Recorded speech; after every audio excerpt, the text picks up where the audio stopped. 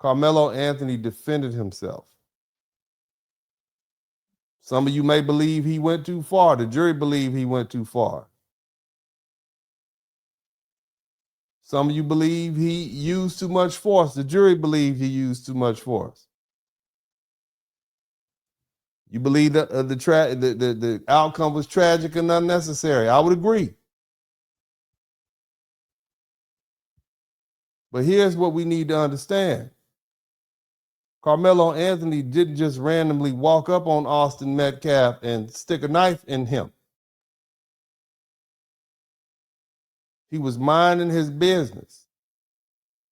This whole conflict was brought to him and put on his front door, relatively speaking. The child was it was a rainstorm. He was sitting under a tent at a high school track meet.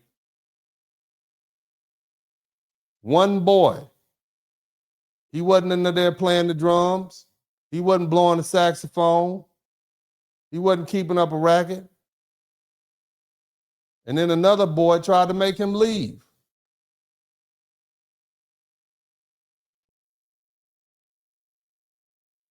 And that's why all that history that I went through matters. Because the minute a black person says, I was protecting myself, society doesn't hear it the same way. See, when Officer Cortez put Carmelo in handcuffs after the stabbing, Carmelo said, I was protecting myself. He said he put his hands on me. Those weren't some lawyer's words that came out in the courtroom for the first time. Those were the words of a 17-year-old child in the immediate aftermath of a violent encounter. And yet the public conversation still starts from the assumption that Carmelo had no right to feel threatened. That's the point.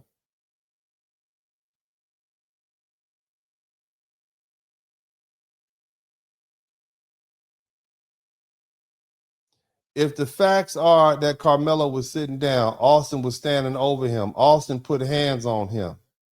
The confrontation had gone on for several minutes. The weather was bad. Centennial didn't have his tent set up, and Carmelo had nowhere obvious to go. Then why are people acting like Carmelo's fear doesn't count? Somebody type 35 years. Why are people acting like his body didn't matter? Do you want people touching all over you? People you don't know pushing you?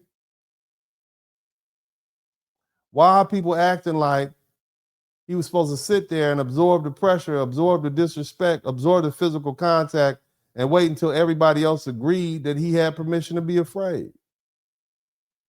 And that's what I mean when I say black people aren't allowed to defend themselves. I'm not talking about the law. I know what the law says. I spent the first hour talking to you all about the law. I know what the law says.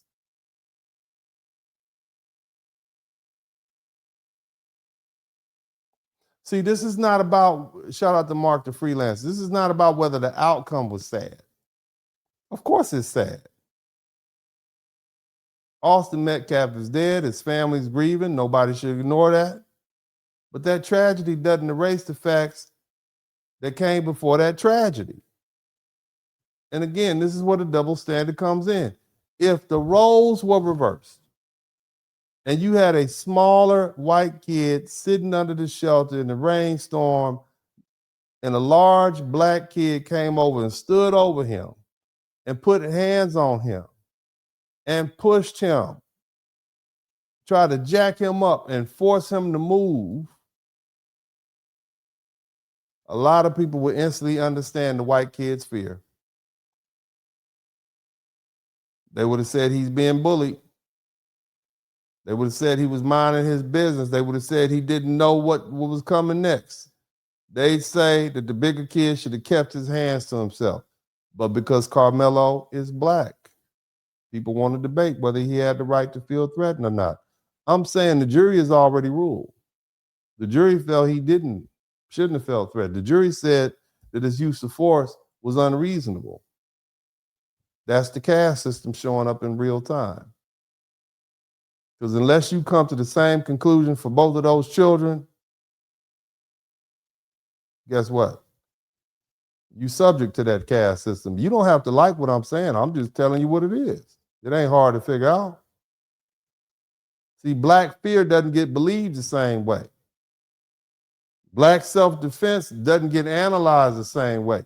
Black anger doesn't get understood the same way. Black people are expected to take more before society admits we had a right to respond. We're expected to stay calmer, wait longer, retreat further,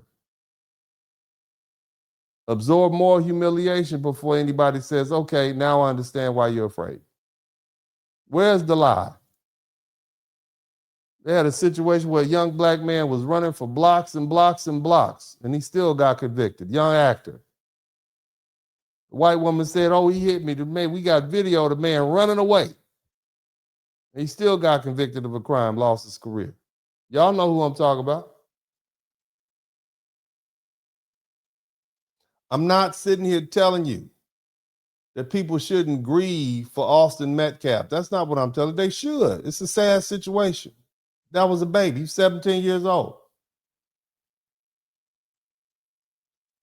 I'm definitely not saying that people shouldn't question Carmelo Anthony's choices. You can do that. You should.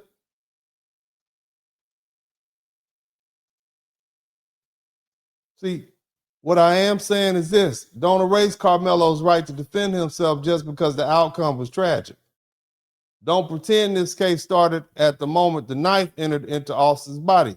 This case started before that. It started with the rain. It started with the tent. It started with the confrontation. It started with who was sitting and who was standing, who put hands on who, and whether Carmelo Anthony had a reason to believe he was in danger.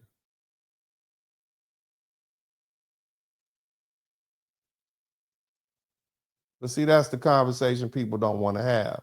Because once you admit Carmelo Anthony may have been defending himself, then you have to admit a black boy's fear mattered. You have to admit a black boy's body mattered. You have to admit a black boy didn't have to sit there and be physically handled by someone else just because the crowd thought he didn't belong.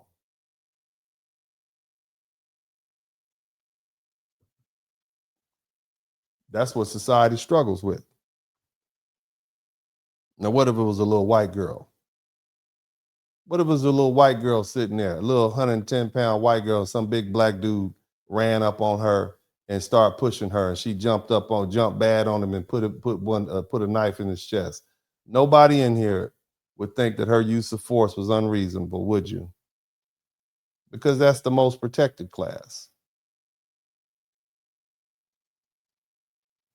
The truth is, Carmelo Anthony defended himself. The legal question was whether the jury believed that that defense was justified. But the social question is even bigger. Why is it so hard for people to believe that a black person can be afraid, can be cornered, can be threatened, can have the same human instinct to protect themselves as anybody else? And until we honestly answer that question, this situation is going to repeat. Now, I'm going to take the opportunity to read these super chats, Cash Apps, and PayPals.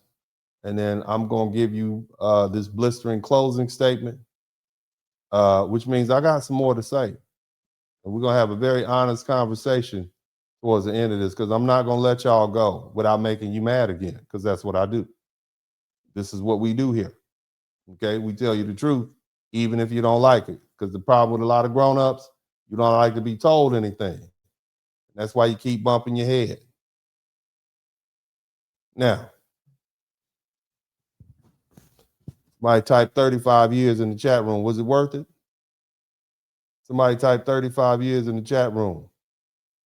Was it worth it?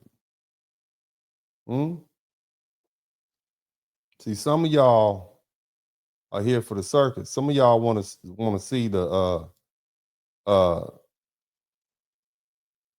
gore. That's what it is. You really don't care about Anthony. Y'all don't care about Carmelo Anthony. You forget him in a couple weeks. The truth. Shout out to Richard Pettigrew. Some of y'all don't even care about